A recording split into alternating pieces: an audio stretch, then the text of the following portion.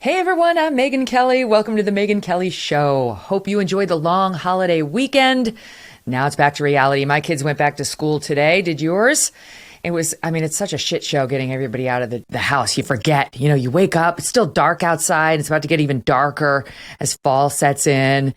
Everybody's tired. We went to get my little guy Thatcher up this morning, and Doug said, "Thatcher, come on, it's time to pop." He goes, "I don't want to pop. I want to stay a colonel." Everyone's tired. And then you won't be surprised to learn, we come downstairs, we're back in Connecticut, and I'm getting the kids breakfast, Doug's getting the kids breakfast, everything, blah, blah, blah, blah. And I look over and Strudwick had done an enormous dump in my living room, and he has diarrhea. Why? My dog, he's so bad. I know. I love him, but good God, he's so bad. Anyway, it's not just us. All across the country today, dogs are crapping, kids are complaining, and going back to school. And let me tell you, folks, you need to pay attention this year. If you think you can just ship them off by bus, by car, by foot, by bike, and not pay attention, think again. Some of our worst fears about education and indoctrination are being confirmed by the day, thanks to, God bless James O'Keefe, okay? God bless this guy. Thanks to Project Veritas. He doesn't care what they say about him. He continues to put his reporters undercover and to unearth people's true character. And now he's taken focus on educators, on administrators at our nation's K through 12 schools, just in time, again, for the reopening. They published one video of a school administrator at one of New York City's most elite schools. I mean, literally, this school is considered the number one school in the nation by a lot of ranking systems and so on. It costs $60,000 a year to go there. Trinity is the school. He's got this administrator admitting that she sneaks her left-wing agenda into the classroom. She intentionally silences conservative voices. And that's not even close to the worst of it. Here is just a sampling of this woman's views, including the suggestion, so funny, that they should get a serial killer to kill the white boys. It's definitely a school where conservatives would not feel comfortable. Unfortunately, it's the white boys who feel very entitled to express their opposite opinions and just push back. Well, there's a huge contingent of them that are just horrible. And are you always going to be horrible? Or are you just going to be horrible right now? I don't know. Is there any saving these Republican white guys? I think they need to go. No, I think they're really awful people. Yeah. That's kind of what I'm afraid of with my white students that are rich. I'm like, do you ever have to deal with this? They're so protected by capitalism that it makes me sad. So white guys. Friends in Dexter's who are gonna go together. Yeah. I just wonder how many vigilante. Yeah. Oh no. Taking people out. There's something wrong with her. There's something wrong with Jennifer Norris. For the record, she's now been placed on paid leave while they investigate at Trinity. $60,000 a year to get Jennifer Norris to think about murdering your child because he's white and a boy. There's a growing sense of instability and uncertainty in America these days. The price of everything seems to be way up. Food prices, especially, as you know, have the nation reeling. But what if you could grow your own food? Let me introduce you to ARC Seed Kits. ARC Seed Kits is a family-owned and operated business providing heirloom seeds for over 13 years. Now, ARC Seeds wants to get heirloom seeds into every home in America. 99% of seeds sold today do not have the ability to reproduce. Only heirloom seeds can be harvested and regrown year after year. How about that? ARC's desire to equip every home in America with the ability to grow and harvest its own food led it to create the all-in-one seed kit. This is designed to grow calorie-dense vegetables and fruits that will sustain any home at any time. You'll leave it a seed guide, that's for people like me, and that'll give you everything you need to know about growing and harvesting every variety included in the kit. For a limited time, we have partnered with ARC to offer a 10% discount code, and you can get it by going to arcseedkits.com and enter MK Seeds to get your 10% discount code and be on your way to food and economic security, helping you, your family, and your community. Once again, the website is ARC, seedkits.com. arcseedkits.com and use the code MKSeeds to get your discount. Joining me now, our friends from the Fifth Column podcast, Matt Welch, editor-at-large for Reason Magazine, Michael Moynihan, a correspondent for Vice News Tonight, and Kmele Foster of Free Think Media. Welcome back to the show, guys. Can you believe this woman? Thanks for having us, Megyn. I absolutely believe this woman. Right. My daughter goes to a private school in New York, and she hasn't started yet, as yours have. She starts later this week. I think they sent her off to Havana to cut sugar cane for the first week, and then they come back and then they do the indoctrination. But no, there's literally nothing surprising about this. And look, I'll get hate mail for this. I'm not a huge fan of the technique that James O'Keefe uses, and there's nothing surprising about this to me. It's a private school. You should actually know this, and you're paying for this stuff. And I hope that kind of wakes people up and says, maybe your $60,000 is better spent elsewhere. Now, keep in mind, this is a school that Eric Trump went to. Oliver Stone went to. I mean, there's a long list of kind of luminaries and rather wealthy people Katie that went there. Kids there. But the crazy thing about it is I can't remember the exact phrase, and you'll correct me if I'm wrong on this. And she said, it's the white boys with their other views, their opposite views. Does she understand what school is for? Because apparently she doesn't. There's one view, and there's these kids who are diverging. I guess they should all be murdered. But there's kids with these divergent views, these other views, which she then, I believe, blames on capitalism. Right. I don't understand anybody. So I'm more offended that the entire argument is incoherent. Yeah. She's straight out of Central Casting, I have to say. She's got like the nose ring, and she's got sort of the gender neutral appearance, and and she's like the white boys in particular are the problems. So what, they all need to look like you in order to be accepted at Trinity School. They all need to certainly think like you. And I don't know how James O'Keefe manages to get like his staff to continue getting these administrators to speak so openly about their views. But I have to think they're just pretty close to the surface for them to be talking so openly like this. There's no like hushed tones. She's proud of it.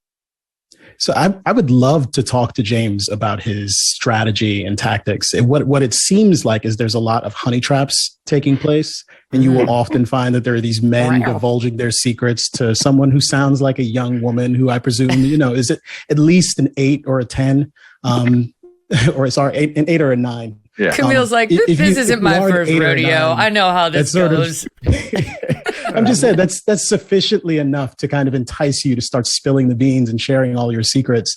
But apparently willing to do this with both genders. Doesn't quite care about your sexuality, but I imagine there's a lot of kind of hot or not fishing going on in order. But it's amazing to me, like because there's so many questions, and we're going to show you some of the tapes. And by the way, I think we're having James O'Keefe join us later this week, so I'll ask him. But it's amazing to me how many questions the undercover journalist asks these administrators about liberal versus conservative. How do you do it? How do you keep them, the Republicans, the speakers, and so on, out of the school, out of the class? And they never catch on. If somebody had me, like it just kept tweaking over and over. I think at some point I'd be like, holy shit, I better put down this margarita and maybe rethink this date. In fairness, not everyone is expecting to have their kind of date surreptitiously recorded by people trying to smoke them out at a private school. I mean, you can find monocultures in a lot of different places in this country. And God knows the New York City school system, as all of us here have had experience with it, with the exception of Kmele, but he's been close enough to it. God knows that can be a monoculture and just filled with jargon. I recommend if anyone hasn't to read George Packer's Atlantic piece that was like 5 trillion words long from 3 or 4 years back, talking about navigating what turns out to be kind of my system in Brooklyn. You just like most normal people would read this and say, my God, I don't even recognize the language that's being spoken. But you can find monocultures in a lot of different places with a lot of different slants on it. I don't think James O'Keefe will be going in the middle of Kansas somewhere to try to find, if there's a conservative place that like, yeah, these liberals that come over here, we got to do something with them. In fairness, I don't think that place necessarily exists. No, but neither do I. There's something about that process which strikes me as a little bit sketchy. This is confirming something that we've seen, and for the rest of the country looking at this saying, "Oh my God, this woman is from Mars." No, she's from New York. This is. That's the thing. So it's like. All right, so I realize James has gotten criticism for the tactics they use, but I stand by what I said. God bless this guy, because we do need to see it. It's like the Disney situation where somebody pressed record on that executive, and people didn't have to suppose anymore about Disney's secret agenda. It was all on camera. Just like we don't have to suppose now, like these teachers who then wind up blaming libs of TikTok for taking something they said on Instagram out of context. No, I can see you saying, what context makes your joke about hiring a serial killer to take out the white boys? What context could make that better? I understand you think that's an appropriate joke. As the mother of 2 white boys, I tell you, you can fuck right off. I'm sorry, but if you're not funny, your school sucks. And what lunatic would pay $60,000 a year to send their child there? I don't care if you're liberal or not. All my friends are liberal. Most of them would be really deeply offended by this shit. These lunatics have access to our children, and it's alarming. And so again, God bless James O'Keefe. And this crazy lunatic at Trinity, I'll give you one more soundbite before I get on to her buddy in Connecticut. Everywhere I go, these lunatics are, you guys. I moved to Connecticut. Now there's another guy here. It's a 200-mile radius, so you got to get out of it, Megyn. This is the problem. It's a long story.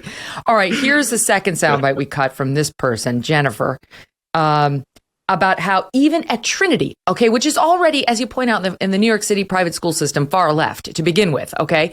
But even there, she's having trouble because she's finding she has to sneak some of her left-wing agenda in, because apparently there's at least some person there who's like, well, we might have to not do like the craziest stuff. Here she is, soundbite 2. Like there's always groups of teachers who are like, I want to do these things, but the administration just wouldn't let us. So we've been just sneaking things in the cracks. I just keep trying to like disrupt wherever I can. Yeah. And now that I'm in this position, I have so many opportunities to do that. But I said, there are some speakers I am not even going to put on the plate for them. And if that's a problem, I cannot be in charge of that. Yeah. And he was like, no. He said, this isn't a time for the like both sides. Like he said, we're not in that place in our society. I like him. He's your dean, he said? He's the principal of the high school. So you guys wouldn't let Republican perspectives on campus? Good. That's crazy. Yeah. And then she talks about how if you sneak off campus to go do a demonstration, you're supposed to get suspended or you're supposed to get a detention, but she makes detention really fun and they just talk about social justice activities while there. I mean, you wonder why you get these lunatics on the college campuses and then running corporate America. This is the pipeline, guys. This is the pipeline exposed. It's the pipeline. The pipeline is the public education system. Trinity, the people who are coming out of Trinity aren't necessarily going to be those people. They're going to be Oliver Stone. They're going to be like investment bankers who live in your neighborhood, Megyn. It's the people I'm worried about, the people who are spending my money to do this and teaching my kids, in this case, that pipeline, which contains a lot of the similar things. You know, there's a place in a school in Manhattan that told kids in middle school in the morning, all right, let's everyone segregate by race. And then we're going to go and talk about, our various experiences. Hold on, you are a public school doing this. That's where I think the locus of our upset should be, because we have the ability to target that and affect that with kicking people out of school boards, in this case, in places like San Francisco and elsewhere. It is a real Matt Welch. It is a real Matt Welch, if it is public schools you want, it is public schools you're going to get. Because James O'Keefe has been busy. On behalf of private school students, though, no, you're wrong. It's a problem in both places, because let's say you live in an area where the public schools are crappy, and so you really feel like you got to put your kid in a public school or private school or Catholic school, what have you. This problem is becoming universal. So, you flee, and then the problem pops itself up again. You flee, and then here it is again. Like I've experienced this myself. Right now, our schools are not indoctrinating quite as badly as New York. Otherwise, I wouldn't have gone here. But the problem of left-leaning administrators who want to force their political views on your children is pretty much universal. So let's go public. This is not my school district I'm taking you to, but James O'Keefe went to, I believe it's the Cos Cobb Elementary School, public in Greenwich, Connecticut, and gets this guy, speaking of honeypot, right? Is it honeypot or honey trap, Kmele? Honey trap? honey pot, honey crap. Honey trap, you hope you get the honey pot as well, I suppose, but I don't know. Okay. Well, that's definitely what happened to the assistant principal of Cos Cobb Elementary School, who's, you can just tell, he's got his margarita. You can't see the woman he's talking to, but she looks kind of hot from what you can see. She has a hot voice. She has a good arm. And he is clearly drunk on his own margarita and talking about how, well, let's kick it off with the one that started to make all the news, which is he doesn't want to hire Catholics. You got to screen out all the Catholics, which, by the way, sir, just FYI, is illegal. Okay, here it is. And I'm not a huge expert on religion, but Protestants in this area probably are if they're Catholic, it's unbelievable. Oh, so then what do you do with the Catholics? If you find out someone is Catholic, then what? So would you ever hire Catholics? You don't hire them, he said. I agree, but why not? Because it's just that there's always that, if they were raised on court Catholic, it's like their language, they never change their mindset. So you have to consider something new, like new opportunity, you have to think about this differently, you just step back to religion. Okay, I left that playing because our YouTube audience will see it later and they can see it's all transcribed. But for the listening audience, here's what happened. He said, I'm not a huge expert on religion. Protestants in this area are probably the most liberal, but if they're Catholic, conservative, the journalist says, what do you do with them? He says, you don't hire them. She says, would you ever hire a Catholic then? No. He says, no, I don't want to. Because if someone's raised hardcore Catholic, it's like they're brainwashed. You can never change their mindset. So when you ask them to consider something new, like an opportunity, or you have to think about this differently, they're stuck, just rigid. That's, as I say, illegal, as is his on-the-record statement to her that he only hires younger. He'll only go younger because older might mean more conservative, so he will never interview somebody who is older. He likes them under 30. I mean, I need that to be a 2-camera shoot, by the way, because for me, is 6 margaritas. If she's hot enough, I'm joining ISIS. I'm like, you know what? They're fine. They made some mistakes in Iraq, but let's move on. No, this is amazing because this is always an experiment that I do. Catholics, of course, last name Moynihan, maybe I have some bias here. Catholics are always getting it in this case. But imagine if the news story, if this wasn't James O'Keefe, if this was anyone else, and the administrator on a secret tape was saying, you know who I really won't hire because they're very, very conservative? Muslims. Muslims are really, really bad on gay marriage, and Muslims are just bad in general. This would be a cover story in every newspaper in America. But you can have that sort of religious intolerance when it comes to Catholics because, it reminds people of Amy Coney Barrett or something. I don't understand where this is coming from. But I do appreciate the fact that he doubles down and says, you know what? The previous one was was legitimately racist, saying we're talking about white students. In the entire race of students, these whites are bad. And then you move on to, this religious discrimination. Okay, let's throw another thing in there and say, we don't want the olds. Yeah. Why, if this guy has a job as of tomorrow, and again, this is all presuming that these tapes are not edited. I don't know. I haven't seen them. But if this is as it is presented, one would presume that this person would be out of a job. But the lesson to everybody is, don't discriminate in religion, race, age, and don't get drunk with strangers and talk about your job. Who does this? Younger kind. It reminds me of a couple of years ago. People kept getting caught by their accomplices. They kept getting, their accomplice to their crime would get them on tape and turn them in. There was a rash of those, a wave of them. And somebody on Twitter had such a great response to one of the cases where the accomplice had gone back and gotten their partner in crime to confess to it all. They saying, pro tip.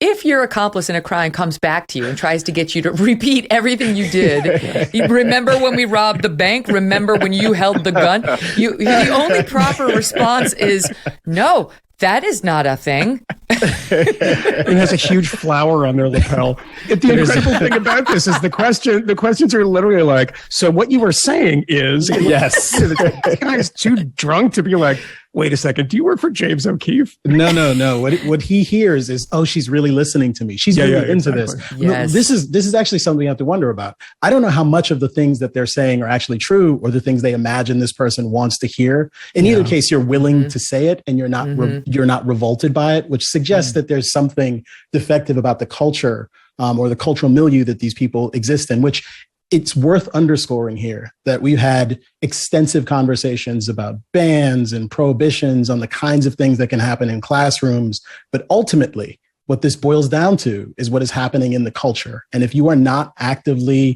kind of having these arguments in the culture, shifting the needle with respect to the kinds of ideas people are willing to entertain, you're ultimately not going to be in a great place to make a huge dent in the kind of philosophy that is animating these particular concerns and the fact that people want to exist in these monocultures, that teachers are determined in many instances to circumvent prohibitions on discussing divisive concepts, for example, and find ways to inculcate it into their classrooms, to talk about it with students, finding actually high quality, serious academic institutions that are interested in kind of complexity and nuance and genuine diversity. Like that's a legitimate challenge that we're all faced with. And there is no shortcut to getting there. And yet they're going to one day encounter a bunch of conservatives who have had to wrestle with the other side for their entire existence because that's all they've been exposed to. So their argument abilities get better. Their intellectual reasoning, logical reasoning abilities get better. Just to add on to this guy, the COSCOP, he's been placed on administrative leave while they investigate. But I have to say, both of these schools sound more pissed off about the James O'Keefe recording than they do about what their teachers said. I mean, I wouldn't be one bit surprised if both schools reinstate these administrators and let their ongoing access to children continue. So this guy, COSCOP, says, I'm not allowed to ask about the politics, but I've found a way around it. He says, brags to the girl, I haven't hired a conservative yet. He said he complains he can't get past the parents as much as he would like to because they're so nosy and try to intrude between his direct conversations with the students. He talks about how it doesn't matter what anybody thinks about it. He says, it doesn't matter what the students think about. If they think about anything in a progressive way, that becomes their habit. It's subtle, but they get the democratic messages in there in that way.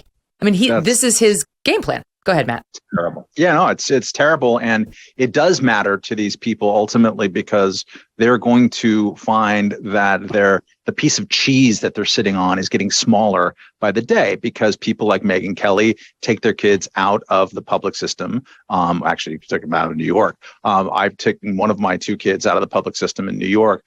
You're seeing across the country, but especially in big cities, an unprecedented decline in enrollment. And funding for public schools is tethered to enrollment. It didn't bounce back after the pandemic because precisely a bunch of parents suddenly started paying a lot more attention to what was being taught in schools, and they couldn't believe it.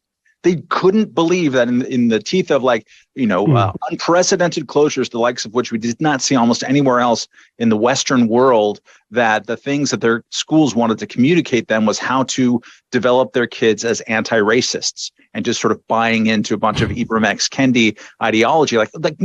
Tell us about the plan for opening the schools and counteracting what we've now seen from last week, an absolutely historic decline in reading and math acquisition. Tell us about that a little bit before you do your activist stuff. And people are voting with their feet and leaving, and it's going to be an absolute wipeout for teachers' jobs. They're not going to have as many.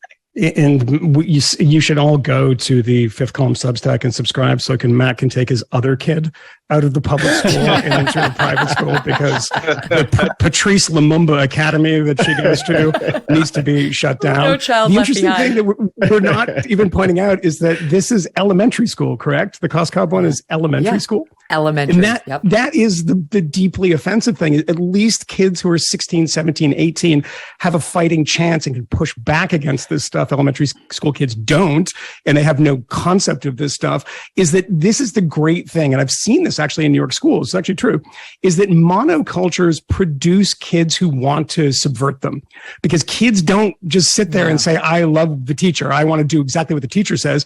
Is that this is actually the backlash that's happening. And I've seen it amongst teachers.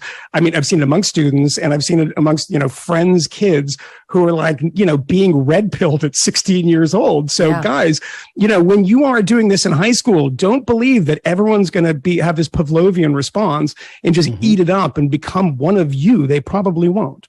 We could totally draw an analogy to like the DARE program, which also persisted in public education and did not succeed in wiping out drug addiction. It's always important to kind of to take our concerns about this and peg them against what is realistic. And as much as these teachers are determined to, in some instances, turn these places into propaganda institutions, what they're likely to do is just hollow them out and make them completely ineffective at their actual job. One of my favorite pastimes, and by favorite, I mean kind of morbid fascinations, is finding these different controversies at these schools. And oftentimes with the public schools in particular, the places that are having these ridiculous race controversies, where the teachers are doing the most egregious stuff, also tend to be the worst performing schools. Like the kids can't read. They cannot do math. It persists from elementary through secondary, right through high school, where the scores only seemingly get a little bit better because I presume plenty of kids are dropping out. These schools just don't work in terms of doing the job that we imagine that they ought to do in terms of educating kids, but they are also very likely to fail with respect to their propaganda project. Remember that just 2 weeks ago, the story in Minneapolis public schools where the union negotiated that they had to fire the white teachers first, irrespective of performance. So if the white teacher happened to be teacher of the year 10 years in a row, she's got to go over somebody who is Black or Hispanic or, of some sort of minority status. And that was one such school system, Kmele, where the reading and the English scores or the math scores were absolutely atrocious. And the dropout rate was atrocious. And so they're so obsessed with just keeping the teacher who has, quote, the right skin color in the position, irrespective of merit, and not at all concerned about who can actually teach. And there's also a flattening effect. The same institutions are the ones that are going to be the quickest to get rid of gifted and talented programs.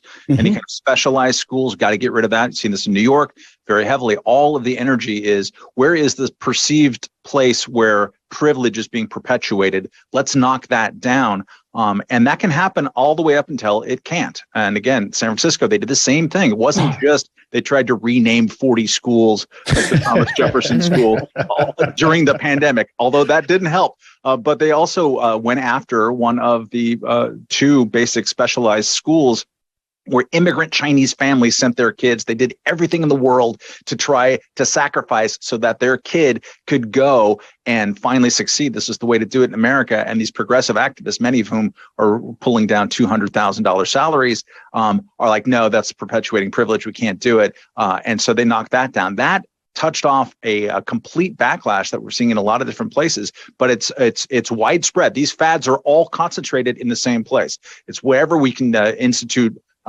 plans like controlled choice, where the school basically controls the choice of where they want to send your kids based on income level, because they can't do it on race anymore because of the Supreme Court decision. And this is just producing failure all over the place. It's replicating failure. But quickly, just add, why does that happen?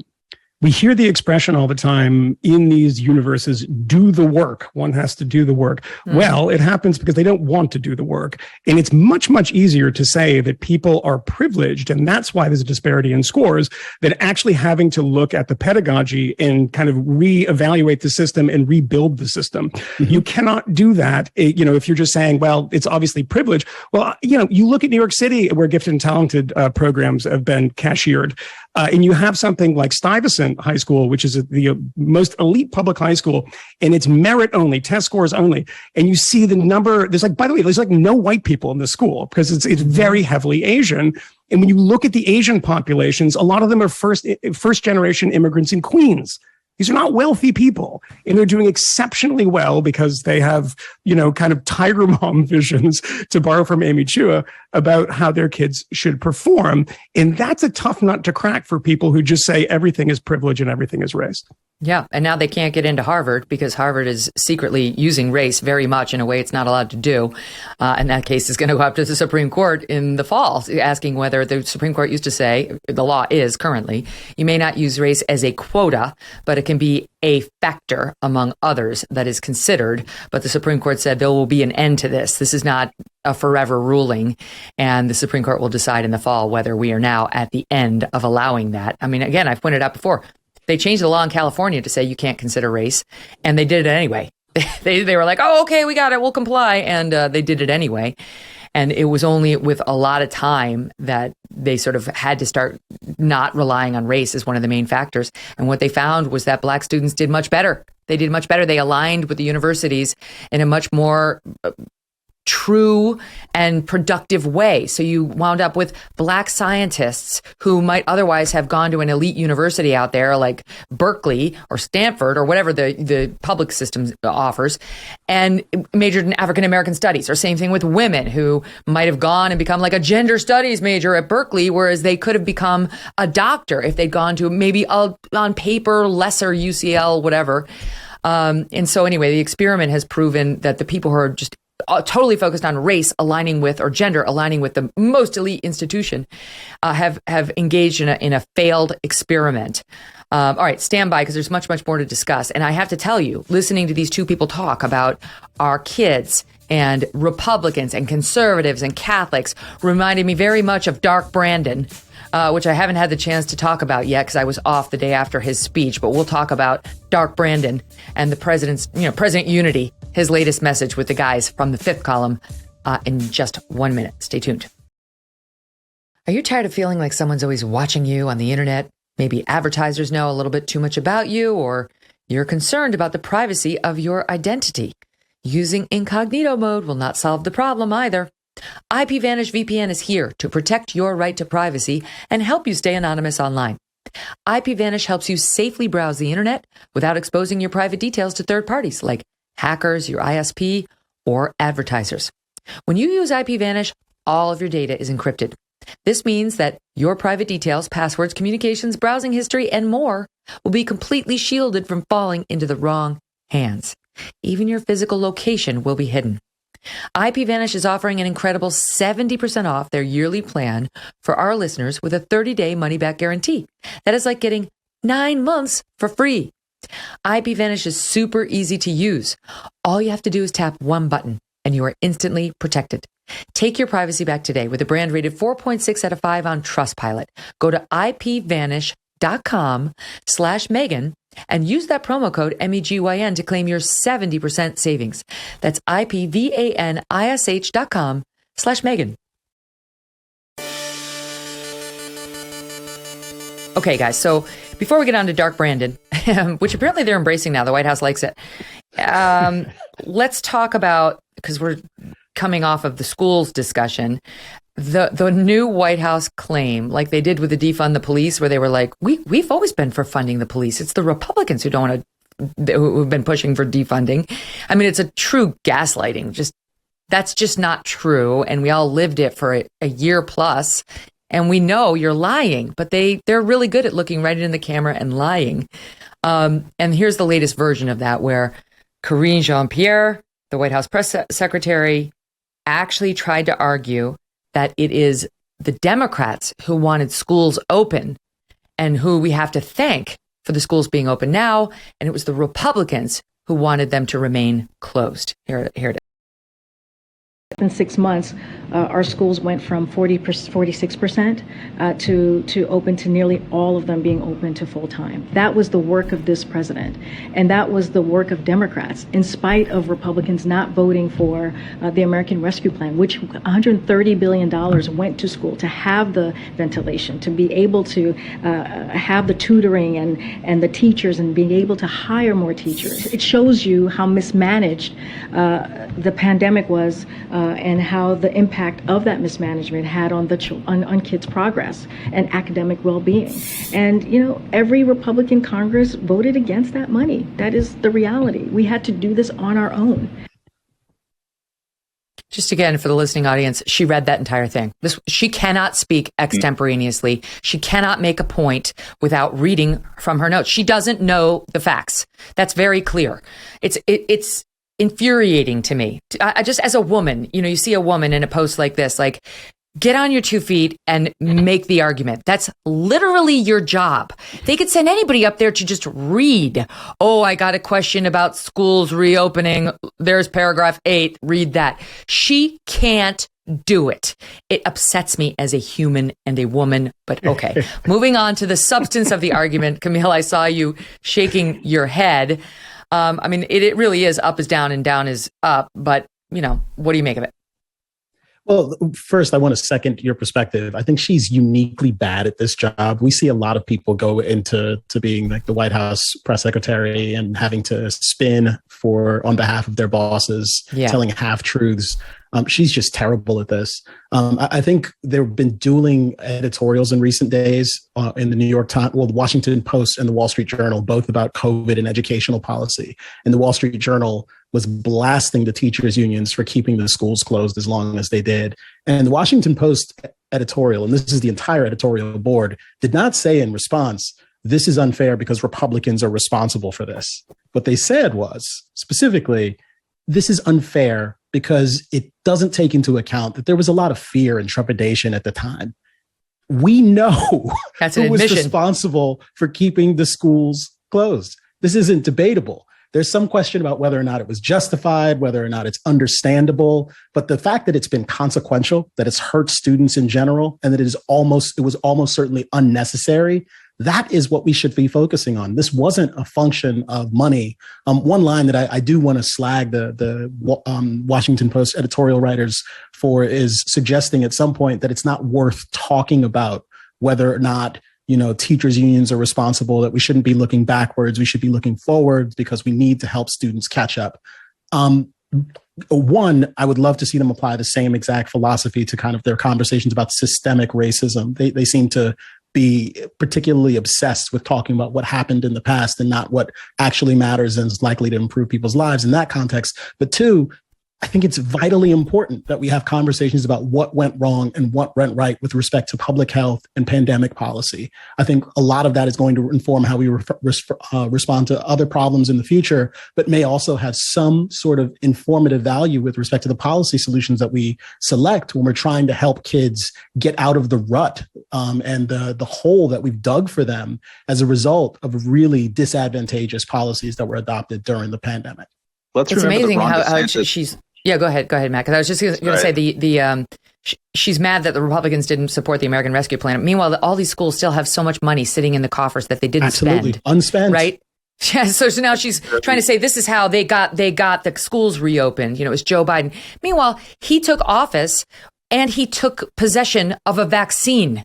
Trump did not have the vaccine, though he developed the vaccine. So to compare, just this is the percentage of schools that were open when we took office to, where we are today is so misleading. It doesn't add any context. If you go back and look at Trump, spring of 2020, he was saying we should open the schools and he was getting attacked uniformly by Democrats for being absolutely irresponsible. Go ahead, Matt.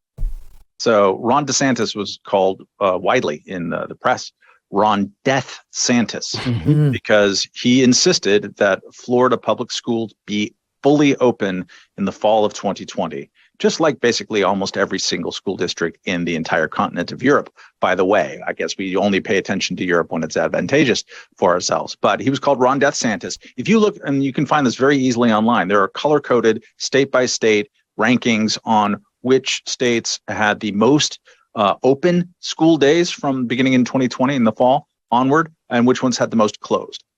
The most open, all of them are Republican. They voted Republican in the 2020 election. They have a governor who's Republican. Their state house is Republican. All the ones that were the most closed, all Democrats. The correlation between whether your school systems were open or closed was entirely about partisan politics entirely. And what do we know about partisan politics on the Democratic side?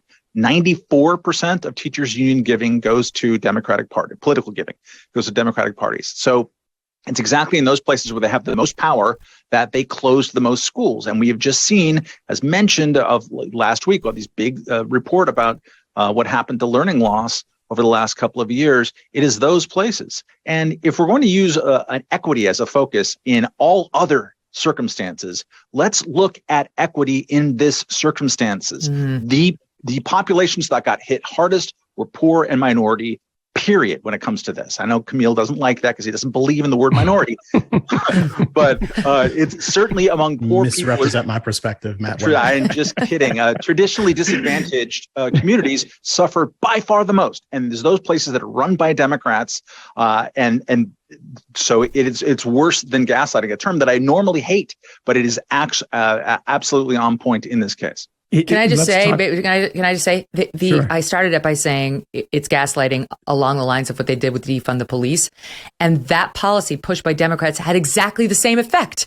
It endangered many communities, and people lost their lives as a result of this. But in particular, Black and brown communities. So both of these policies, which were 100% pushed by Democrats, resulted in real losses to Black and brown communities across America.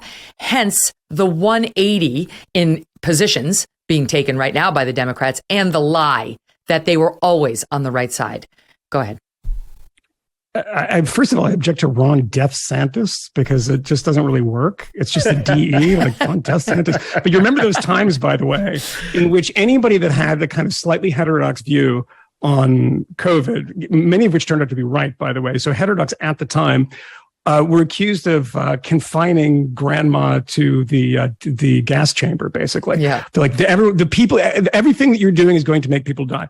So Matt brings up the politics. Well, let's look at the politics of this. Of course, we were told we should not politicize science. This is a smart thing to say, but it never actually happens. Well, if we look at the politicization of science and how it relates to schools, Matt is also correct that most all of Europe didn't close schools. Sweden, where I used to live, I don't think closed schools for a single day, right? They didn't even have lockdowns. So now is the time, after a couple of years of this, 2.5 years, to actually look at the evidence. If not, you are engaged in a political campaign. If you're up there as the White House press secretary talking about this stuff in these ways, why are you not, if you don't care about the politicization of science, you don't want it to happen, why are you not addressing the American people and saying, okay, so here's actually what we know about COVID in schools. What happened with kids? How many kids died? How many teachers were, confined to their deathbeds because of a transmission from a child? Because we have a lot of evidence about this now, but instead it's a political blame game and a political blame game only. I'm fine with that because there was some really bad and shitty politics that we all saw during this time. But I also want that adjunct point to say, by the way, you were all wrong about this. And, whether or not you like Ron DeSantis, want him to be president, or, hell, want him to even be in elected office in Florida, he was right. And Sweden was right. And Europe was right about this. In this idea that kids were going to be dropping like flies, and their teachers, of course, too, because they were vectors of disease, these kids, turned out what? Not to be true. And you can look at the evidence. I'm not just making this up, but the problem is no one wants to talk about the evidence. And no one at this point is going back and saying, what do we know about COVID? What do we know about who is dying from it? What do we know about transmission rates? Why are we still asking professional tennis players to come to America and have a vaccine when the vaccine doesn't prevent the damn thing from transmitting? And that's why we did it before. And this is still affecting policy. This is still affecting policy. We saw it in D.C., where the mayor suggested that she was going to hold students out of school, not give them any options to attend unless they were fully vaccinated, when we know all of the things that you just underscored, Moynihan. This is the reason we have to talk about the profound failures that happened during the pandemic and our unseriousness about trusting the science. But the thing is, Kmele, I am okay with the failures in some senses because there was a lot of stuff we didn't know, and we were feeling this through as a nation. Scientists are trying to figure it out. There's debate amongst scientists. There's no settled science. That's ridiculous. But when we're not actually correcting the record about this stuff and actually telling people, like, why on earth would we have a mandate for a vaccine of playing in a tennis tournament. You can't do this. Well, why? I mean, that's his problem, isn't it? It's not mine, because he can transmit it and he can acquire that whether or not he's been vaccinated. He's just going to have a much better time if he is. That's the position all of our children are in. All of our children in that. My kids are facing vaccine mandates at both of their schools. And for what? For what? If, God forbid, they got some terribly severe case of COVID and had a very negative health outcome, that would be between me, my child, my husband, and our doctor, our pediatrician. That is not for the school to weigh in on. The school doesn't pay our hospital bills. The school really just needs to worry about transmission, and the vaccine doesn't affect that at all. And yet still, they're going to expel my children at age 16 unless they get the vaccine. That policy is still in place, and it's absolute madness. But to your point, they've been dishonest all along. The reason they won't do, a full, open, honest, retrospective look is because they've been dishonest all along. As we saw, the masking was driving me nuts, as you guys know. As we saw the CDC do studies, like the 90,000 kids in Atlanta, that showed the masks did nothing, they ignored it. Then they would do another study, and then we'd have honest journalists come out and say, no, that one's flawed too. And they would continue touting the study despite serious methodological issues. And then a study would come out of Europe proving, no, the masks don't work in reducing transmission. And they would ignore it or try to discredit it. It was all agenda driven. So of course now, the one retrospective moment we're having at the CDC, Rochelle Walensky's going to take a look at what went wrong, is focusing on how we are too academic. We're just too smart. What we focused on was you had too many academic papers. Shut up, Rochelle. That's not it.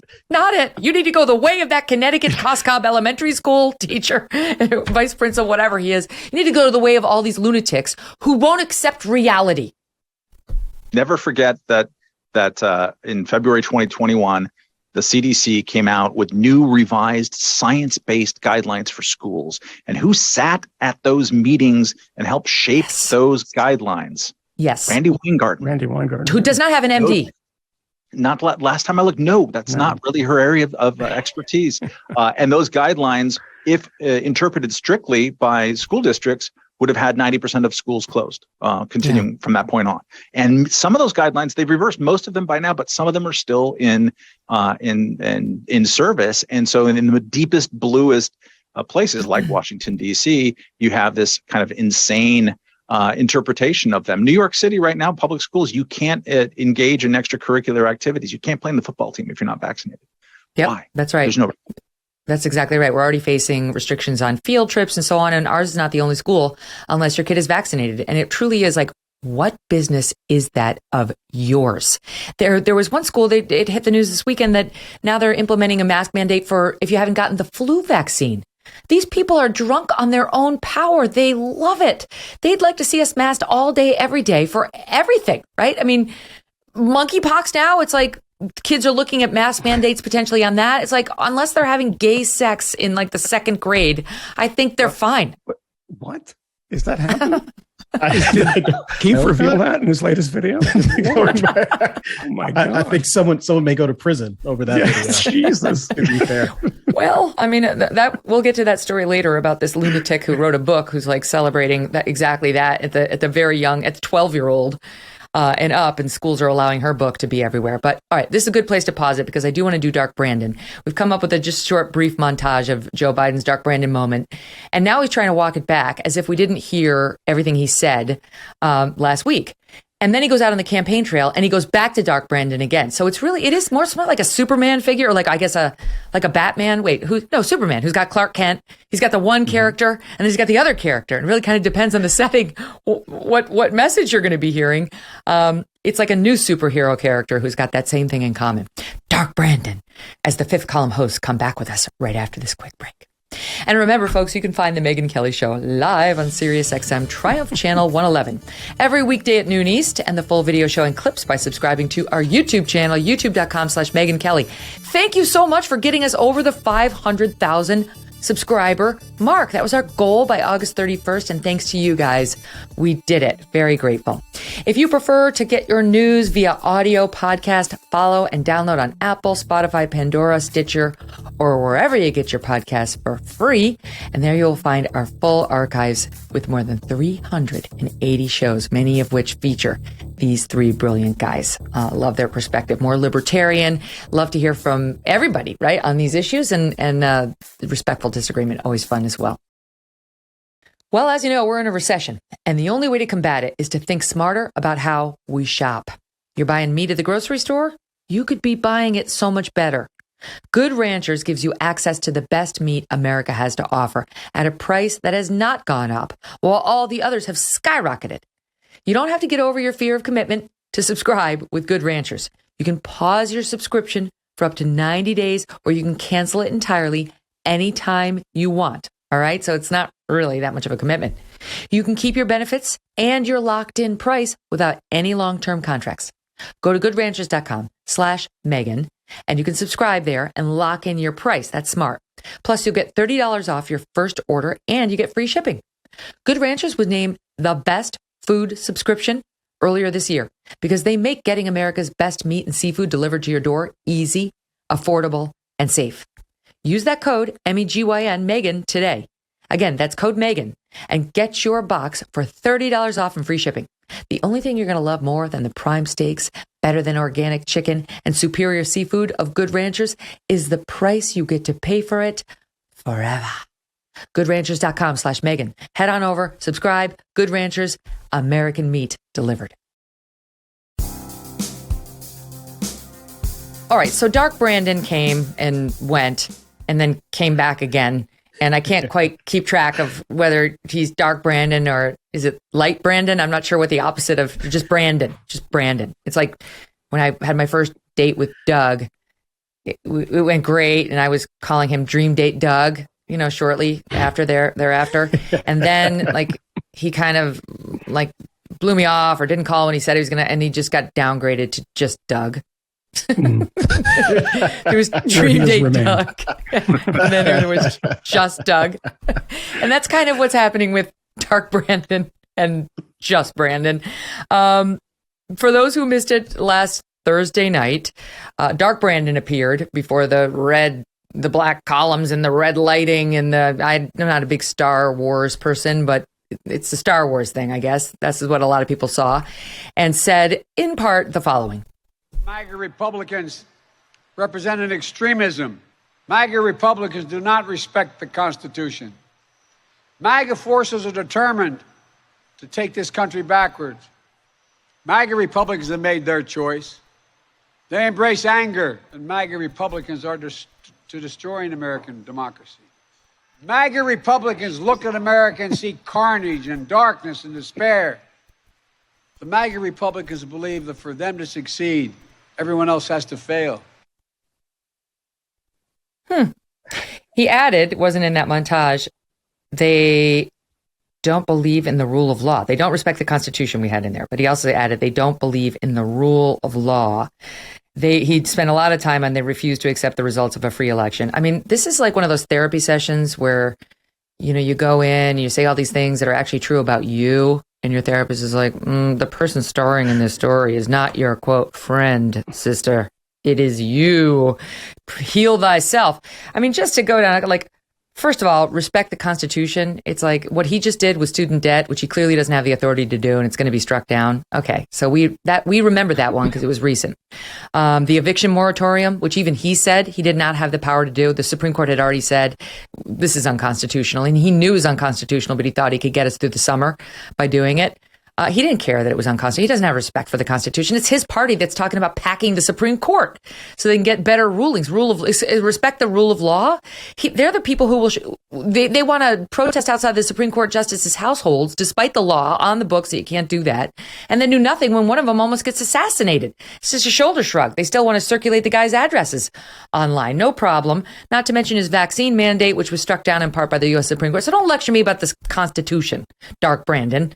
Because just Brandon is violating it every other day, right? The rule of law, of course, it's like don't get us started. I mean, he's upset about the January 6th protest, but we've got the Black Lives Matter 2-year event to look at and the riots, which he didn't care about and his party didn't care about. So it's like he's in no position to cast these stones.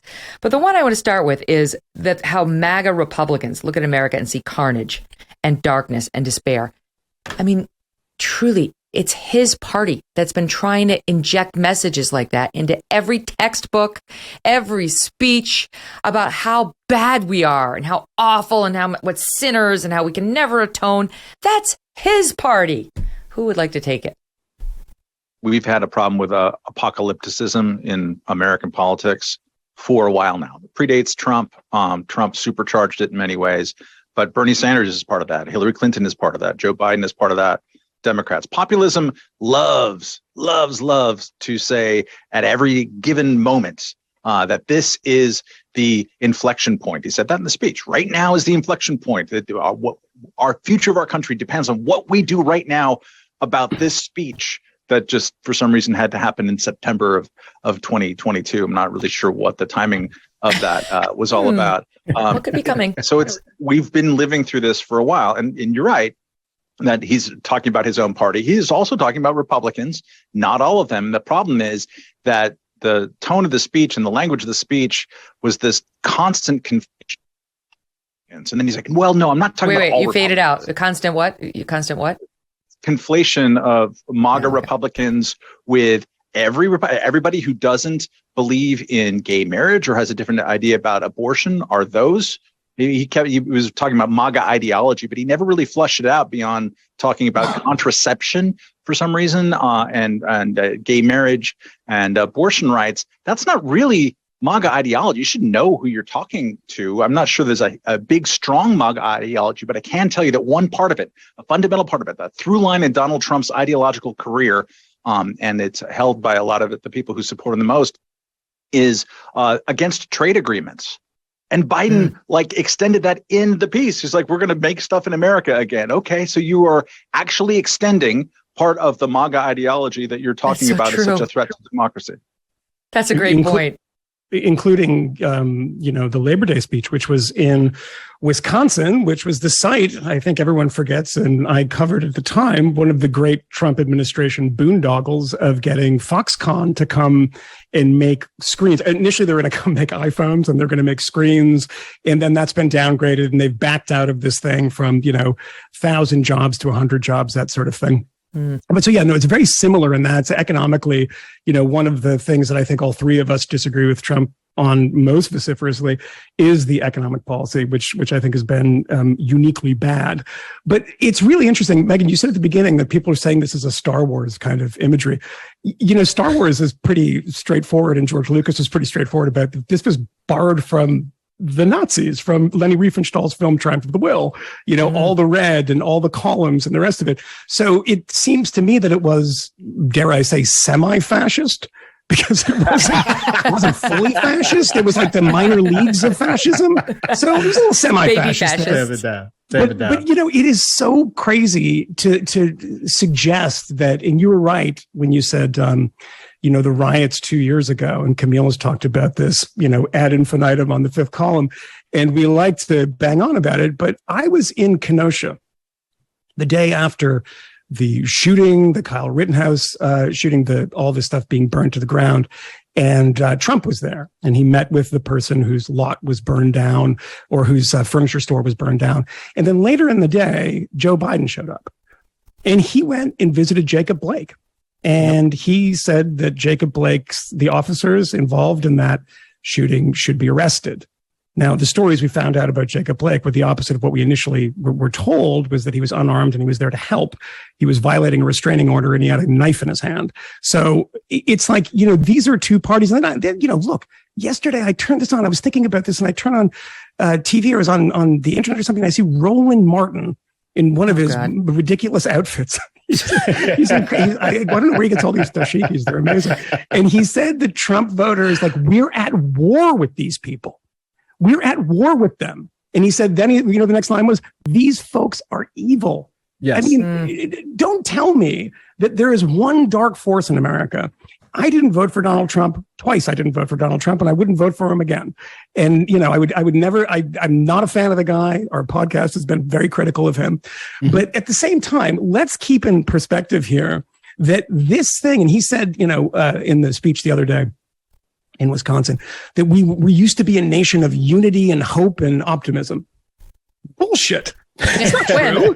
I mean, does anyone remember the Clinton years, the Obama years, the Bush years? I mean, everyone's been called a Nazi, everyone's been called a fascist. This is the same as American politics has ever been, but with a different way of transmitting information, which is Twitter and getting it real time and getting a warped perception of what the world is about. And this warped perception is being fed by Joe Biden, who's pretending that he's not conflating the 70, 60 odd million people that voted for Donald Trump with these dark MAGA Republicans. He is doing just that. So they must have some sort of internal polling that suggests that banging on about this stuff is going to help them, repeal or push back this red wave, because it is just endless at this point. I mean, this idea that there are fascists at the door, which is obviously ridiculous. Well, can I tell you, I had Chris Direwalt on the program last week, very smart political prognosticator. And he was saying the smartest thing for Joe Biden to do right now is to SDFU. He said maybe he could borrow Joe Biden's basement. Right. He was saying, be quiet. He was like, go back to your basement, because he was saying the Democrats' numbers are getting a little bit better, and he doesn't need to be out there making speeches like this because things are going a little bit more his way. So this is not a good time to be out there giving this is my take on it, his deplorable speech. Right? It didn't help Barack Obama to call Republicans bitter clingers. It certainly didn't help Hillary Clinton to call Republicans deplorables. And Dark Brandon is not going to help his own chances or those of his party, but with his deplorables speech, which is why I think he's decided to try to dial it back a little. Either that or he just got off prompter and he says different things when he's off prompter. You know what I mean? He denounced the American Carnage speech in his own American Carnage speech, by the way. It's very bizarre. So he gets caught, but Peter Doocy was like, do you really think this about all Trump supporters? And he was like, how dare you? Here it is. Watch. Mr. President, do you consider all Trump supporters to be a threat to the country? Yo, everyone, come on. You cannot make that case. I don't consider any Trump supporter to be a threat to the country. Do you hear it? I don't consider any Republican a threat to the country. Well, you just said MAGA forces determined to take the country backward to an America where there's no right to choose, no right to privacy. MAGA Republicans do not respect the Constitution. They don't believe in the rule of law. MAGA Republicans embrace anger. They thrive amongst chaos. MAGA Republicans look at America and see carnage and darkness and despair. It certainly sounds like you're not like a big fan of Trump Republicans. You might have to explain. I mean, MAGA Republican is a self-servingly vague slur that is being directed at his enemies. It does not mean anything in particular. In precisely the same way that semi-fascist doesn't mean anything in particular. It means, we generally don't like you and think that you're bad. And I think Moynihan's point is very vital for us to focus on. Like the notion that, we've always had substantial division in our politics. There's always been disagreement. And there's in many respects, it's probably always been kind of cheap demagoguery deployed against your political opponents. But there was a time when it was punctuated by kind of civility and respectability. And at a moment when there are criminal prosecutions of members of the January 6th riots that took place at the Capitol, someone may want to call it a fracas. I would accept either one of those answers. And people are getting long jail sentences at a time when the president of the United States is being investigated by the intelligence agencies for potential crimes that could land him in a courtroom, if not in a prison.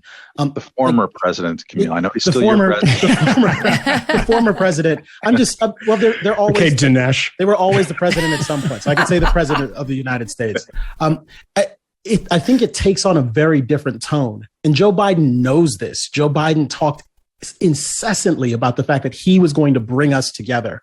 And we have, in the same week that this speech was given, the president's now press secretary suggesting that if you disagree with the majority, then you're an extremist. Like, this is absurd. hysterical hyperbole. And I would say that when it comes from the president, as opposed to Roland Martin wearing a Dragon Ball Z themed dashiki, like this is bad.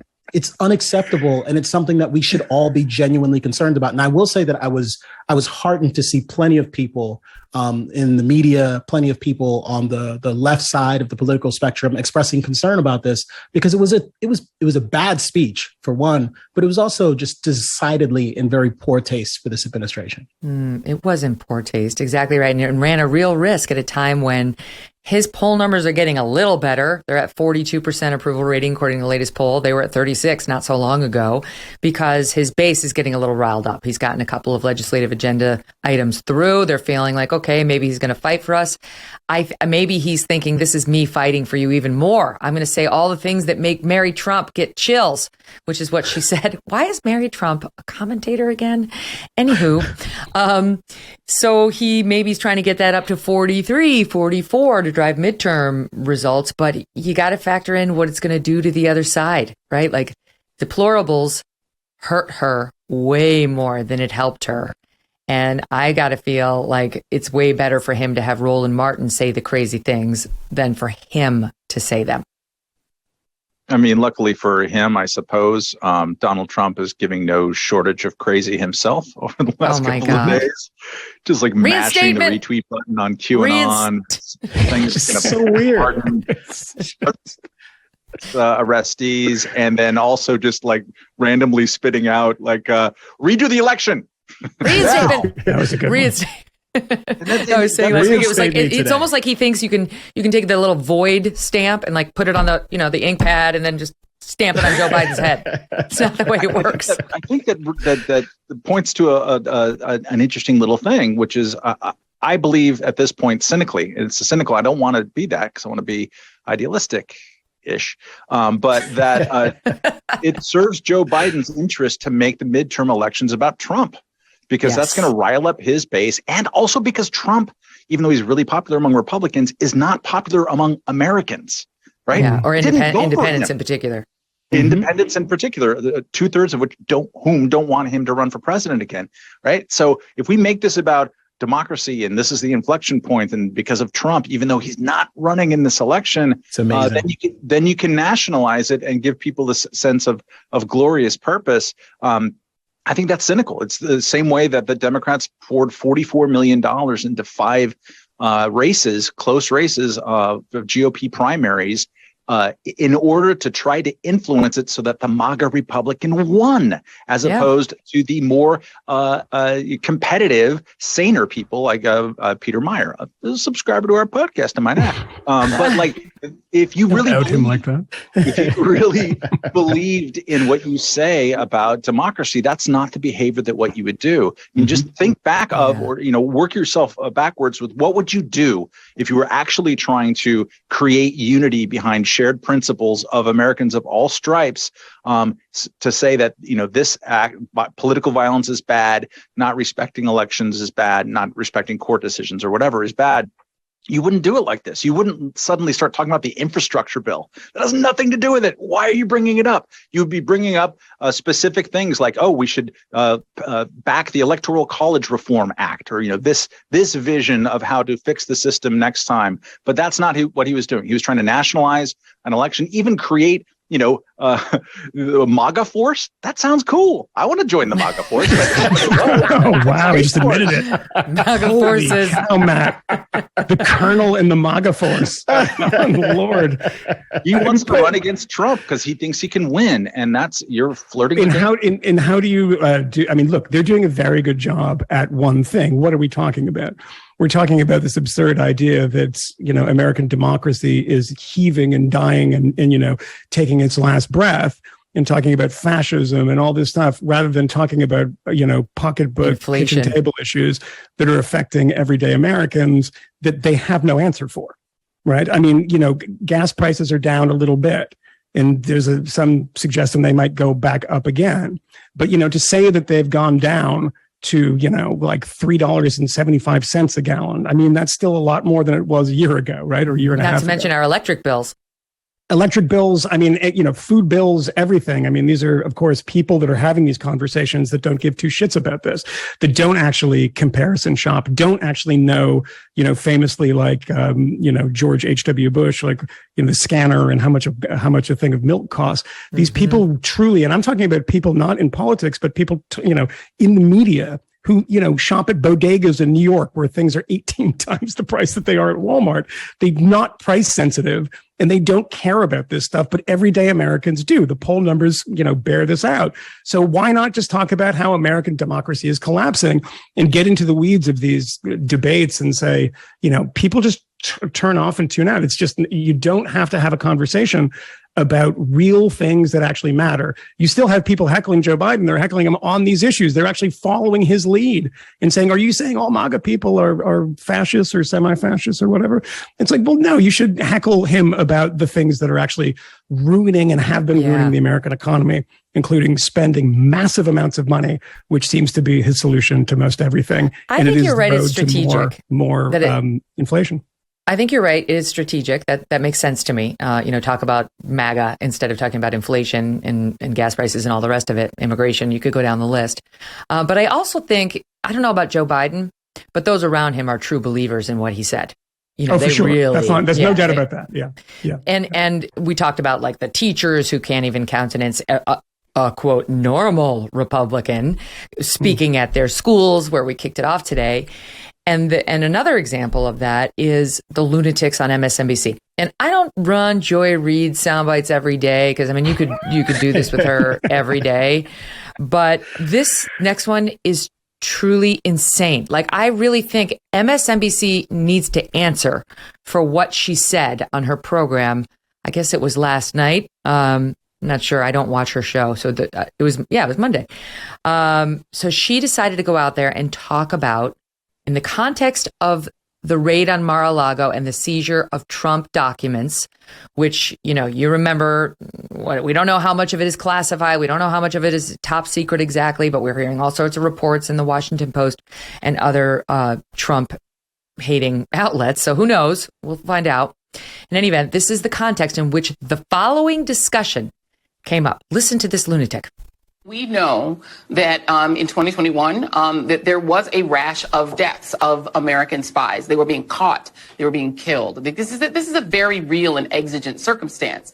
And the CIA has admitted to that. We are not saying that we know that there is some connection between the Purloined documents and those events. But they did happen at a time when Trump did have custody of some really sensitive information that he shouldn't have had. Both our intelligence community and our law enforcement community must be beside themselves right now, because Donald Trump absolutely has information and evidence about how those documents that he stole and unlawfully concealed at Mar-a-Lago might have compromised national security. The reason I state that definitively is because he knows who he showed them to, who he let copy them, who he let take a snapshot of them, who he might have given or worse sold the information that was in those 43 empty classified documents folders. I wish the audience could have seen your three faces. I wish the audience could have seen all three of you reacting to that. Oh my God. Do you think it's connected to the person that hacked her blog and made her be homophobic? I don't know. I'm just asking questions, Megyn. I don't almost know. certainly I don't have the evidence. Team. Has to be the same team. I think at least because totally. It was FSB. Yeah, it involved words on paper, or at least represented in pixels. You know what it reminded me of? That Don Lemon clip where they were talking about, was it a Malaysian flight 370? The black hole. He's like, this flight just disappeared, and some people are talking about black holes and Bermuda triangles and lost. I mean, it's absurd, but is it absurd? Yeah. No, it's absurd. Yeah. It's absurd. Segment is over right there. You could just stop this. This doesn't make any sense. He was the president for 4 years, privileged access to top secret information. You imagine that he started selling secrets, left out of a box in his basement. It's like a swap meet. He's got bootleg DVDs. He's got some intelligence. Look, the guy's not a billionaire. I think he's probably overstating that, but I don't think he's selling stuff out of the back of his car in Palm Beach. It is so crazy. And he would be a billionaire if he were selling those kind of secrets. But by the way, you should fire anyone. This is a journalistic rule who hides behind the just asking questions trope, which is, the way that you say, like, I don't know how many people died in the Holocaust. I'm just asking questions. The Holocaust and I'm just asking questions. No, asking the question is the bad thing oftentimes because you are suggesting that this thing is real. She's not just saying that because, like, it just popped into my mind. This is a network who has told you for 4.5 years, 5 years, maybe 6 years, that Donald Trump was an active agent of Russian intelligence. Did he do stupid things vis-a-vis Russia? Yes. Was he somebody who was on the payroll of the Russians? Well, if you'd watched MSNBC, you would be forgiven for thinking that that was true. So this is just an extension of that. If you've watched any of the related court proceedings at which people were under oath, you would know that it was all bullshit. Now, can I tell you, it's even worse than we know. I mean, we know it's bullshit, what she said, but it's even worse than that because for the listening audience, what she put on the board as her evidence of, these CIA agents dying, which that is true, was a New York Times article from October of 2021. All right. And in her graphic, she actually had the date wrong. She had it October of 2022, which obviously hasn't happened yet. So we know it was wrong. But the actual New York Times, banner job, MSNBC, banner job. But the actual article that she was referring to was from October 2021. And it talked about a breach of the CIA's communication system that led to CIA agents being captured, killed, or compromised and losing dozens of informants. And guess when that happened? I mean, this is an October 2021 article talking about the fact that it did happen and there were consequences to it. And guess when it happened? It happened between 2009 and 2013 when Barack Obama was president.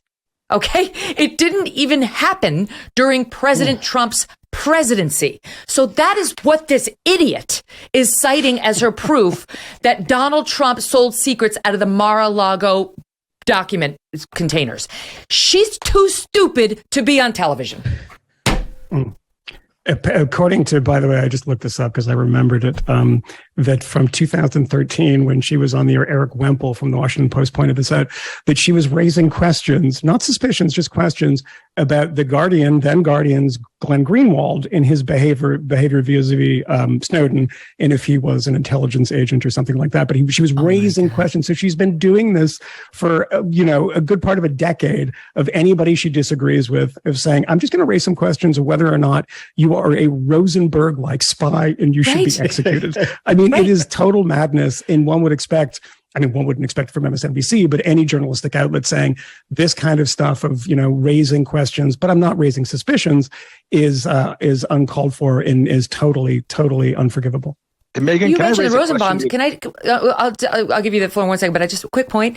Michael Hayden liked a tweet of somebody saying that the Trump Mar-a-Lago situation was like the Rosenbaums, like somebody who sold secrets, nuclear secrets, to the bad guys. And Michael Hayden, both of whom were executed, by the way. Yeah, right. He liked that, saying pretty much, sure, it's exactly like that. So go ahead, Matt. Are you saying that Michael Hayden has a veracity problem? Slightly biased. Shook to the core. Not everyone understands, Megyn, and you do. I don't know how much you want to or can talk about it, but NBC News is a news gathering operation, and it has some quality professionals in it. It's an advantage that MSNBC theoretically has that exceeds the advantage that other cable networks have. I have to imagine that there's a whole department in NBC News that just pulls out its hair every single day. Oh my God. What happens they've on got to MSNBC. be. By the way, to correct Rosenberg, the NBC sort of standards and practices group, that's what they call them, they're legit. I mean, that is a real group of people that takes what they put out on the air very seriously, to the point where I would get very frustrated with, their nitpicking on anything that's a script. They can't control you as the anchor in your questions. At least they couldn't with me, because unlike everyone else there, I read my own questions. I came up with my own. I came from cable, where it's like, you got to think of them yourself. Newsflash, you got to use your mind and come up with it on your own. But the system there is the anchors just ask the questions that the producers write down for them. And the producers have those questions screened by standards and practices before they even get in front of the anchor. Okay. It's not to say they never ad lib, but I'm just saying that that's the approach. MSNBC is not that way. All right. So like somehow the standards are very different over there, but it's still controlled by the same group of people who I think are honest and legitimate, and they may be biased, but they're not looking to allow bullshit like this out on their airwaves. But I mean, look, it's going to be up to the network president, right? Does he care? Does he care at all? He didn't give a shit about her lies about the FBI or her blog. Same guy, so, and I don't mean the MSNBC. I mean the head of NBC. Like, they oversee MS. So do they care about this kind of egregious misstatement of fact, citing a newspaper article that was talking about events from 2009 to 13 and trying to blame that on Trump, trying to say that event somehow led to Trump? Like, it's nonsensical, and it's an embarrassment. And as we're talking about network embarrassments, I might as well pivot to this. In the news today is the fact that the CNN, during Dark Brandon's presentation, from the Star Trek Nazi situation, lightened the background. Okay, why they did remains unclear. Our executive producer, Steve Krakauer, called them to ask about this. They claimed there was a problem with the feed, but every other network had it in red. CNN had it in pink. Watch. It was red, and then you're going to see it turn. Oh, there it is. It's fuchsia. It's hot pink now. And it's unclear about whether that really was a feed problem or somebody just said, maybe it'll look prettier and less imposing and inappropriate if we make it fuchsia.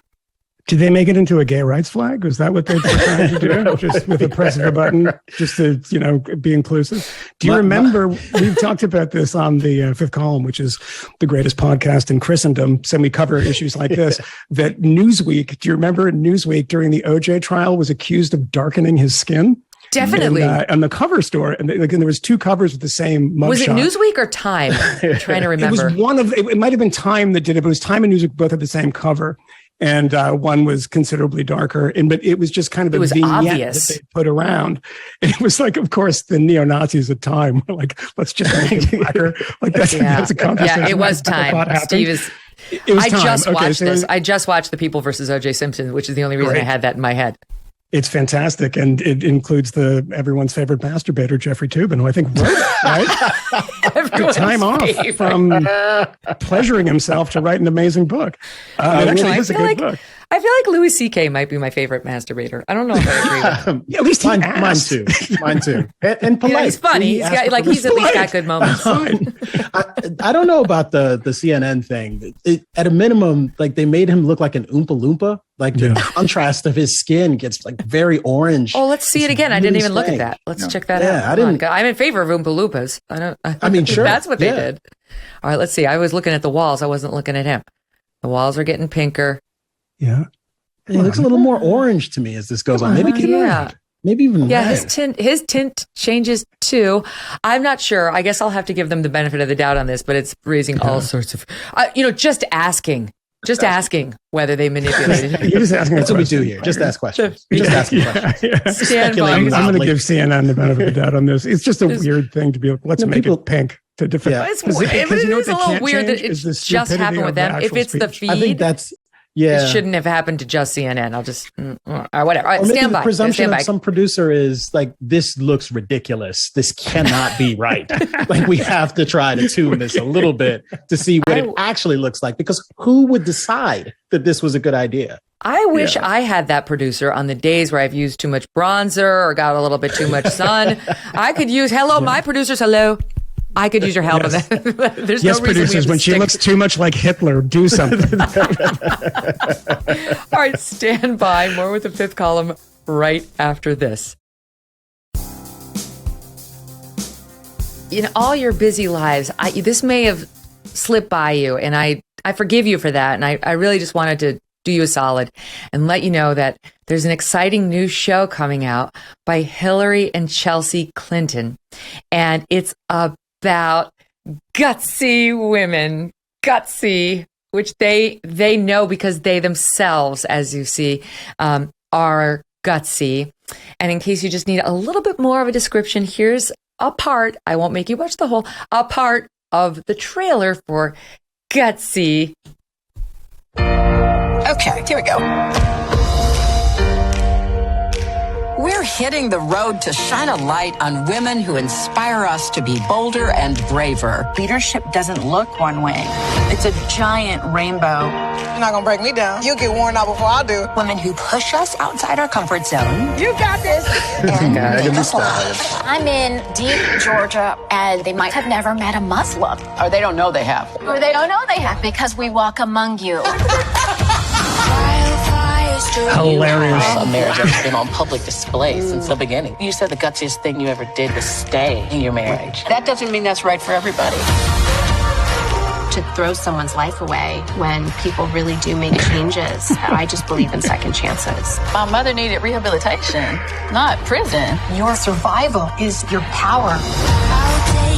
Someone say to me, all right, that's enough. Lord For the in listening heaven. audience at home, what we have is Chelsea Clinton boxing and having dinner. That is amazing. At the beginning, I thought they were going to do that karaoke thing. When they got in the car in that first scene, I was like, oh, shit.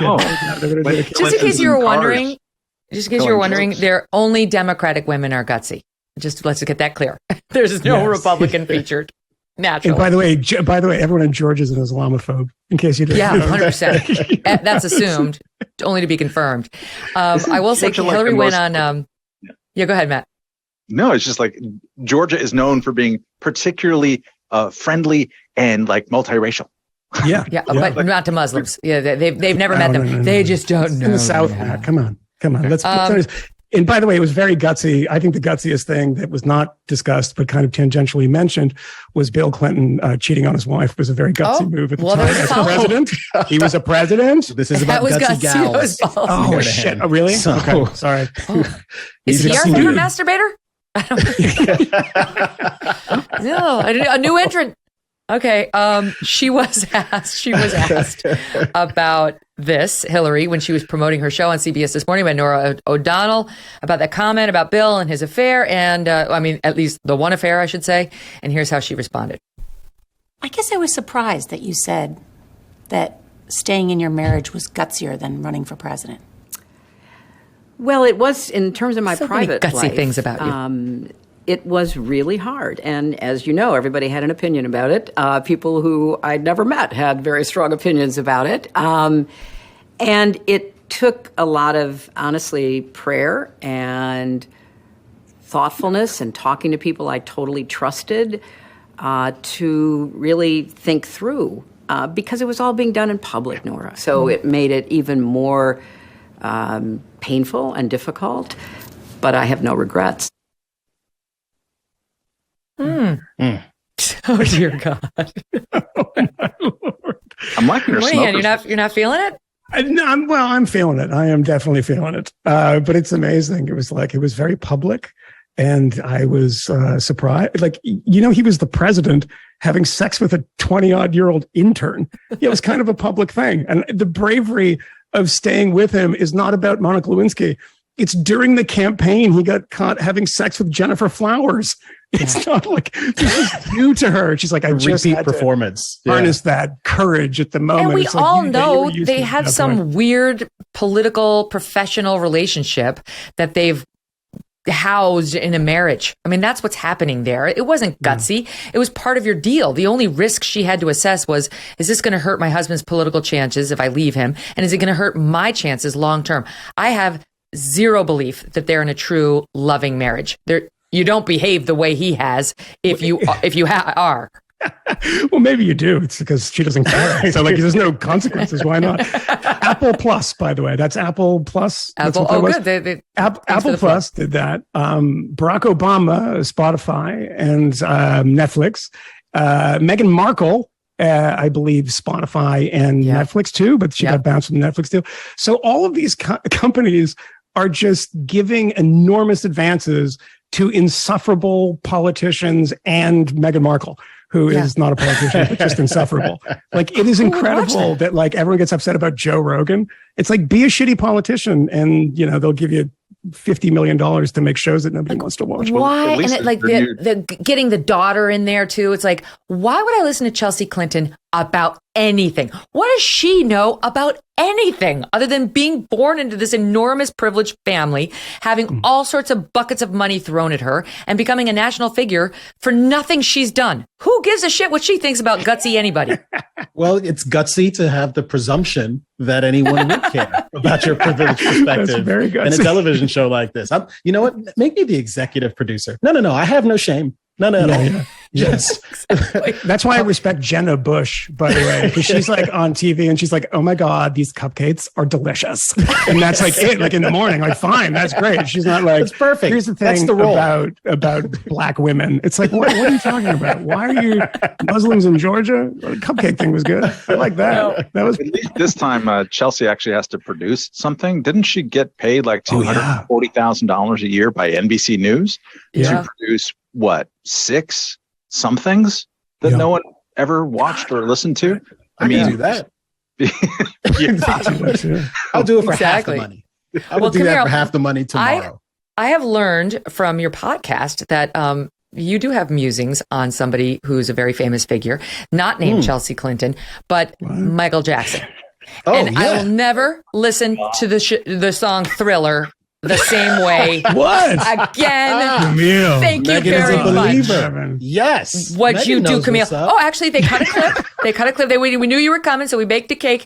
Here it is. Listen to this. What? It's close to midnight.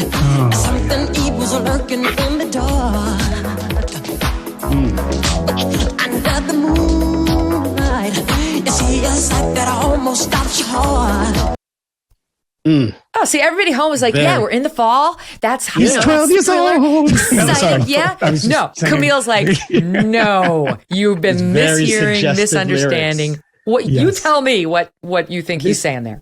Thriller is a song about intimacy. It is a song about sexual relations. And in those particular lyrics, Michael Jackson is clearly singing about his genitals. Something spooks you in the dark. Yes. That's what he's talking about. And you could follow this thread all the way through the song. Even the voiceover by Vincent Price, very suggestive stuff. I mean, they talk like the funk of 40,000 years. He said, this is an extraordinary experience. It's funky and sweaty and gross. And also, you want to run, but you can't. You're a little afraid because you're not sure if you can. Don't worry, girl. Because you're 13. I got you. You're not going to get away. He's a predator. He's a predator. Wait, we need to listen again. We have to listen to it one more time now, understanding. It's also a great song. Can we play it again? Let's play it again. On a great album. It's close to midnight. Something evil's lurking in the dark. That's just lurking. You see a sight that almost stops your heart. Oh, dear God. Wow. Is that Michael Jackson in the bushes? Self-aggrandizing. Just almost stopped my heart. Side of it, man. So when did this dawn on you? You were driving your car. What happened? How did this dawn on you? You know, I was sitting in an airport in New Orleans. I was actually just leaving a public radio conference where I did a debate on whether or not public radio was still relevant. And guess which side he took. I was very kind and well received. And I think it was there was a song from Thriller that came on, and I can't remember which one it was right now. PYT. It might have been PYT. It was something like that, but it brought it was clear that everyone in the airport was a little more joyous in that moment. And I thought to myself, 1, Thriller's an amazing album. 2, it is impossible to cancel this man. And 3, I started thinking about Thriller because I was listening to the album again, and it just dawned on me that this was Michael Jackson's sexual healing. This was his sick man. Turn off the lights. That's obviously what was going on here. And I didn't know. I didn't know. Also, all these years. 4, it does not appear that he actually molested those 2 guys in that movie. No. So, by the way, I think we're all in the same. Well, I can't want to say Matt. I know Camille and I have talked about was it HBO movie? I think that's right. Oh, documentary. Air quotes. Yeah. Very I don't believe suspicious. those 2 guys. I do not believe those 2 guys. I don't know what happened in the rest of Michael's career, but I've looked enough at those 2 guys and their story that I do not believe them. Yes. But I will say, honestly, that I would be more inclined to believe them if Thriller was a really shitty album, but it's not. That's true. So I am That's true. more inclined to be like, That's I don't true. know. And I did want to raise a social justice issue, or just a justice issue. They're all the same thing. That I mentioned on the show. Yes. Eddie Van Halen never got paid a nickel for his guitar solo on "Beat It," and that is a tragedy. Wait, Eddie Rest Van in Halen peace. played on "Beat It"? What? "Beat It" is the Megyn theme Kelly? of this episode. Take her, yes, yeah, in some people's lives. Did you literally just say that you didn't know Eddie Van Halen? No, I played didn't guitar know on that. guitar? Did Oh my not know God! that. You call yourself a newswoman? Unbelievable! I'm horrified at Great my own ignorance. Unbelievable. Clearly, I'm not doing That's enough the best homework. part of the song, and he didn't get paid for it. Rest in Now peace, Michael Jackson and Eddie The Van Halen. vocals Why? don't matter. No, Song I would be didn't- fine without the vocals. Why No. didn't he get paid for it? He was just a nice guy, and they asked him to. Quincy Jones asked him to come to the studio, and he was like, "All right," and came down, played the solo in one take, then left, and it was the biggest song on the planet for 10 years, and forgot to get paid. Oh, so, no. yeah, that's a Your true. point about lyrics matter and that reminds me of this comedian who I saw once at, I don't remember where, but he did this bit about how he was playing his guitar during his act. And he was saying, he was very good, but he was like, I'll never make it as a musician because the lyrics matter. And lyrics matter, and I can't come up with any good lyrics. And this has been proven to me time and time again. He's like, I thought I was on my way up and I was going to get more gigs and money was starting to come in. And then I realized, I'll never be as great as like, are you going to Scarborough Fair?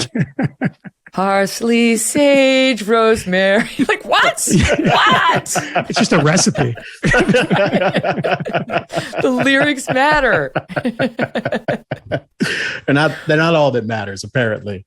Yeah. Well, we're gonna have a debate on the Michael Jackson case very soon because I don't know. Yeah, no, we're going to go there. I like to go to the place that hurts in case you guys weren't aware. And I really think HBO ought to be ashamed of itself for putting that on as a documentary and using Oprah once again with her, sort of seal of approval to bless it without any challenging POVs. They should have had somebody come on at the end to say, here's a problem with what you said. Here's a problem with what you said. A lawyer for the Jackson estate, maybe somebody to push back on the problems in that documentary. Because there were some timeline issues, and I seem to remember one of the kids was wanted to be a dancer in like his later shows, and then was rejected. And wasn't This cast. was, years afterwards, wasn't cast. Yes, and basic things that, as you know, Megyn, in a court of law, a defense attorney would bring up, and you would want to put into documentary to at least be fair to the guy. It's way worse than that. It's so much more like that's the least of the sins of that quote movie and the quote documentary. And what they did was like here or there, they throw in like one fact that wasn't good for them, but they left out the huge, giant credibility problems that I believe those guys had. So we'll get into that at some point in the not too distant future. All right. So listen, you're back to school. We had this debate last week, just with Michael Knowles, and he's very pro. I was neutral. My friends at Sirius are very anti. Pumpkin spice latte, where do you stand? Semi-fascism. Semi-fascism. If not full-blown fascism.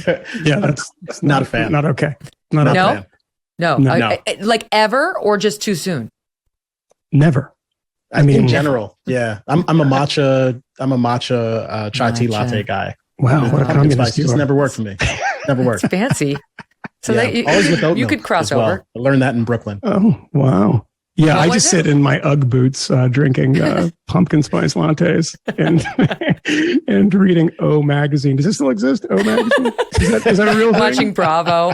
Watching Bravo, weeping and wondering what's happened to the Real Housewives. Who I saw one of them the other day in a yogurt store.